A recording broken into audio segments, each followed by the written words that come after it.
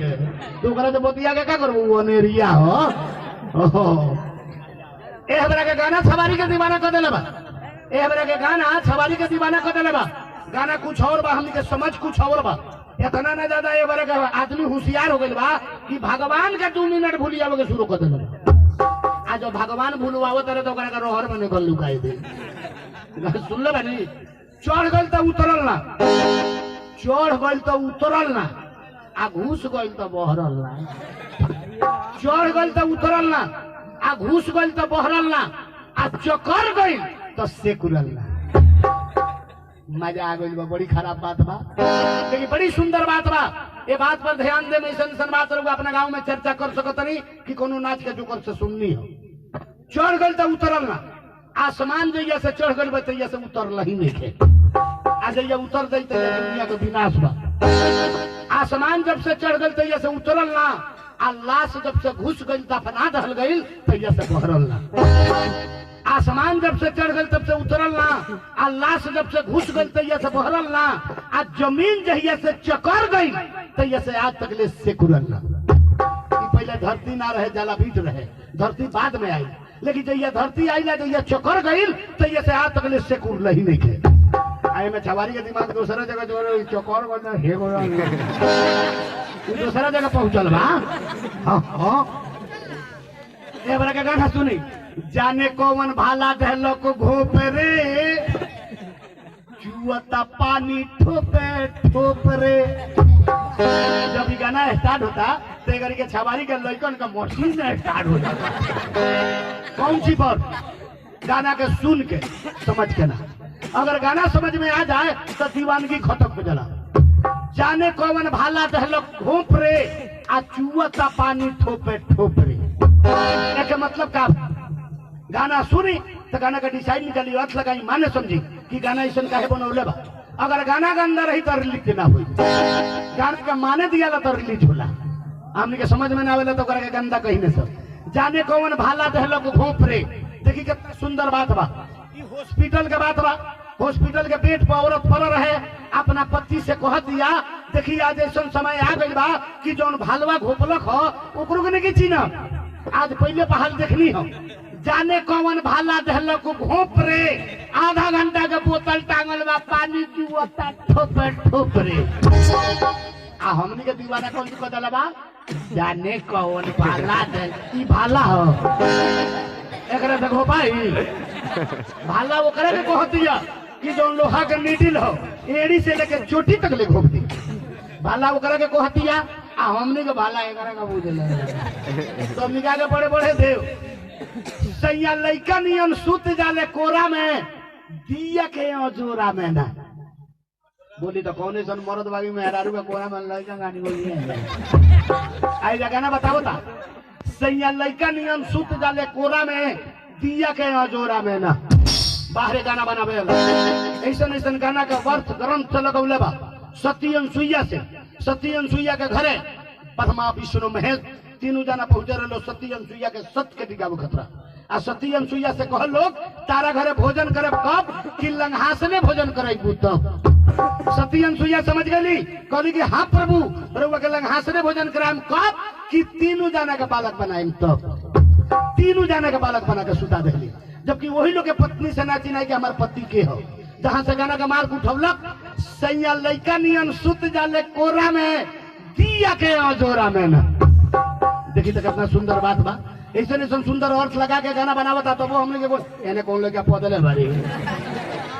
बड़ी रंगीन धुआं बा कोई दिन पर मरले बाड़ो आई दादा दादा तो जाता 3 दिन के रोकल बा बाप रे तो मुरई के तरकारी गानी में होगा दादा दादा हाँ ज्यादा मुरई तो भले बाड़ो हम मारही का बात ठीक है रैया के जरूरत नहीं है ना कि जब मारत में पकड़ा जाए तो सरकार के टैक्स लग जाये ई फ्री फाउंड हो एकरा पर टैक्स नहीं है अब मारही के बाद जमीन में दाखला का तन का हाथ धो के सुख जाए रास्ता के लिए बाबा हर जाई ना तो एक श्लोक बा ऐसा बात नहीं है एक श्लोक नहीं उत्तम पाद भरा सबसे उत्तम हो जब ना मैं आवाज होला आवाज होई तो आवाजे सुनैला के डर लागी लेकिन ना तन को रंगीन होला ना तन को दानादार होला।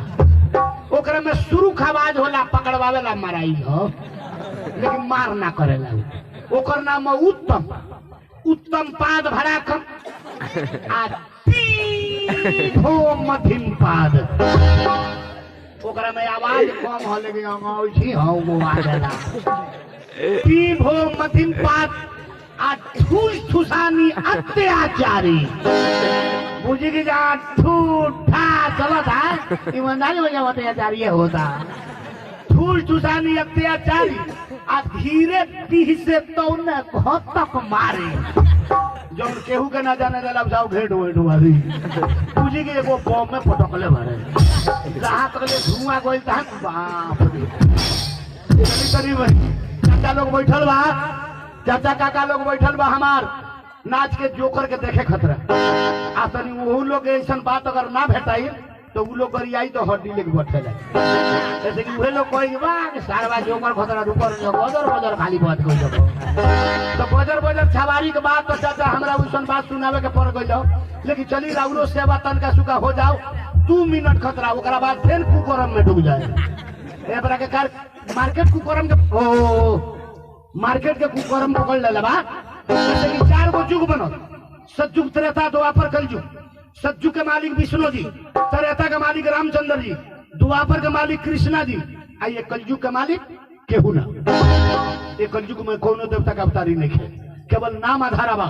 जकरा का मन करे ओकरा के जप ली फ्री राज बा, बिना मेह के देवरी बा। तब न इतना सस्ता छटकल। जय गुरु जय जय गुरु जय गुरुदेव वार समाज शिव चाचा हनुमान धना ये सब का छटकल।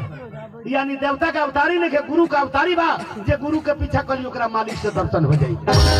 चलिए एगो सुंदर बात सुना दी तनी काका चाचा लोग के इज्जत हो जाओ। ओकरा बाद फेन कुकरो में ढुके में तो हटाओ कौन बात हम तो हिला दे कान का शांति रहो सब। बाबू तोनियों के प्रसादी अभी बटाई नहीं के बेटाई तनी बुढ़वा लोग के इज्जत करो। जे समझदार व्यक्ति बा ओका बोका 3 तड़ो का लौआ लाठी चंदन काठी चाना ना के नाव का रघुआ।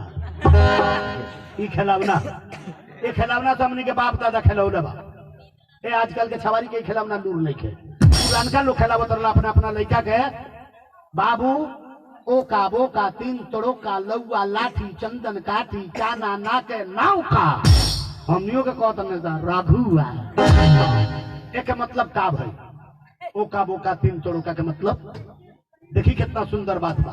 ओका ओके मने ईश्वर, बोका बोका मने ब्रह्मा जी, 3 त्रिलोका त्रिलोकी नाथ ब्रह्मा विष्णु महेश। ओका बोका 3 त्रिलोका लौआ लाठी माँ जगदम्बा सृष्टिकार माता के 3 पुत्र ब्रह्मा विष्णु महेश। माता के 3 लाठी चंदन काठी के चंदने होला। आ चाना ना का नाव का रघुआ।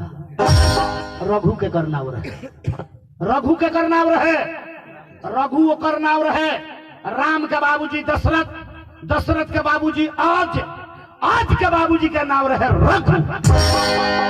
दशरथ महाराज के बाबा का जहां ससुरो भइल रघुकुल रीत सदा चली आई, प्राण जाए पर बचने न जाई। ऐसा नहीं सुंदर खिलौना से पहले के लोग खिलावत रहो तो लड़का पर सुंदर प्रभाव रहो।